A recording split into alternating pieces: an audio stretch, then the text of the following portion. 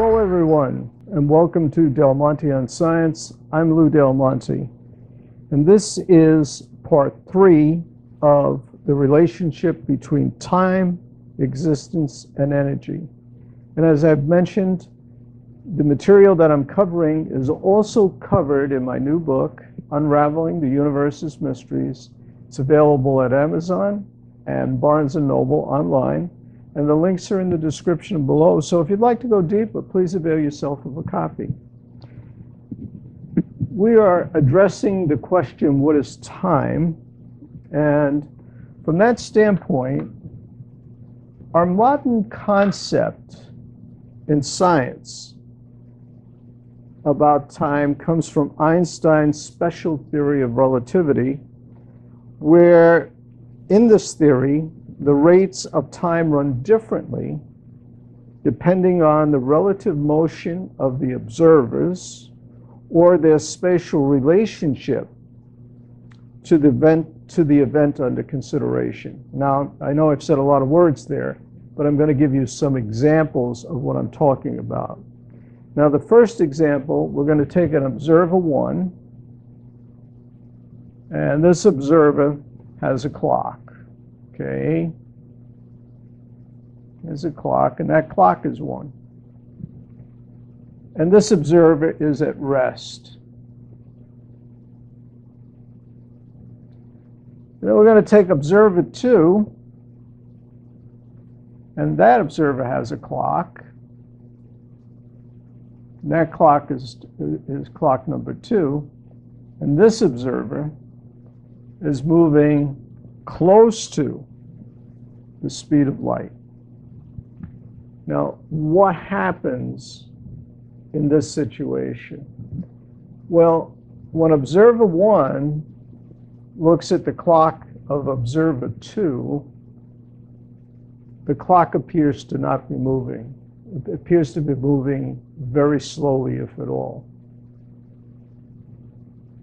However, when observer 2 looks at the clock, his clock seems to be running normally to observer 2.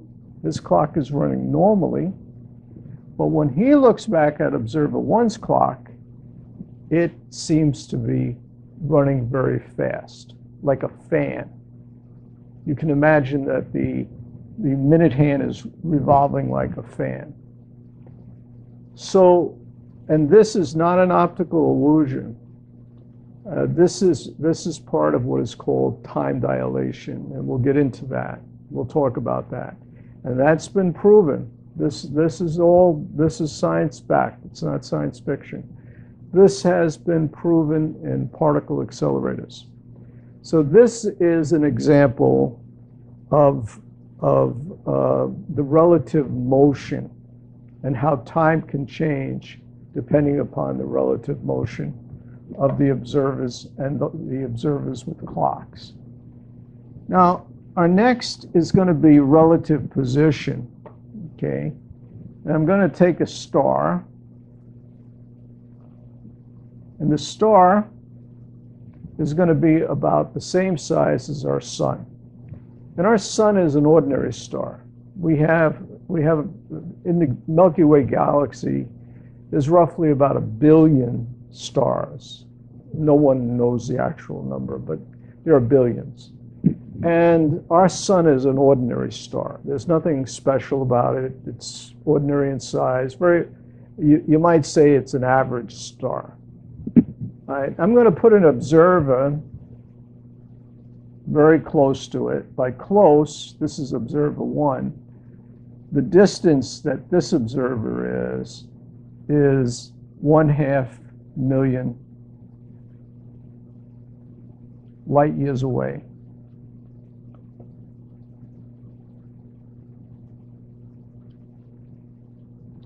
Okay, now how far away is that? That's quite a distance, actually, because a light travels 186,000 miles per second.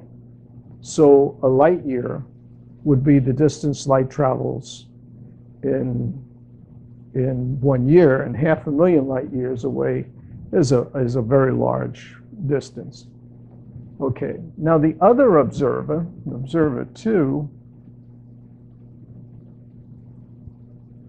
he or she is roughly 10 million light years. I'll just put LY, light years away. Now, let's assume that this sun is actually approaching 10 million years old.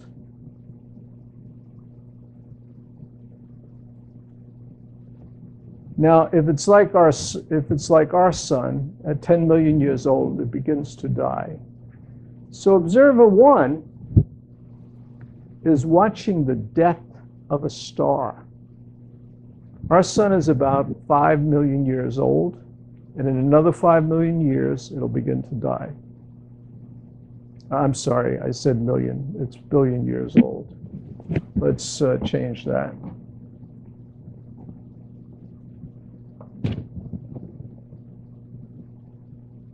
I do occasionally make these errors, and I'm putting this person, I can still leave this, I'll make this person a billion, and I'll make this a billion. So our sun is 5 billion years old,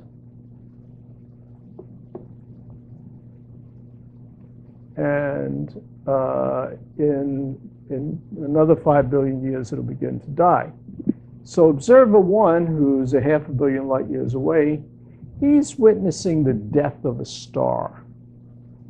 But observer 2, who's 10 billion light years away, is actually witnessing the first light of the birth of the same star. So time for these two people is different. They're actually looking at the same event, but because of the spatial distance, time is different for the two people. And this illustrates what's called the concept of space-time.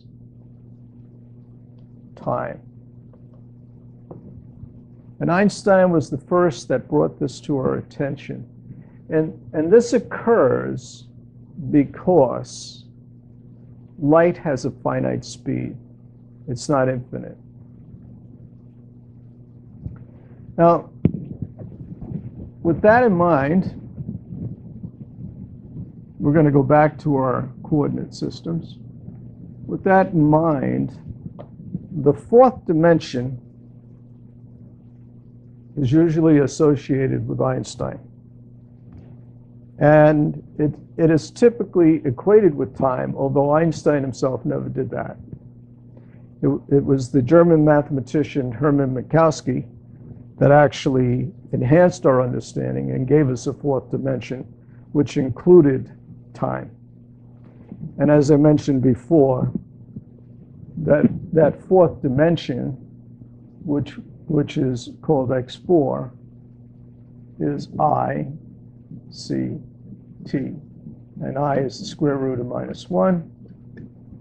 C is the speed of light in a vacuum.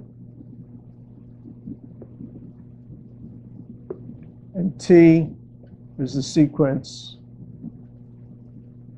of events as measured by clocks. Now, this plays a pivotal role in the special theory of relativity. Up until this time, time was thought to be an absolute.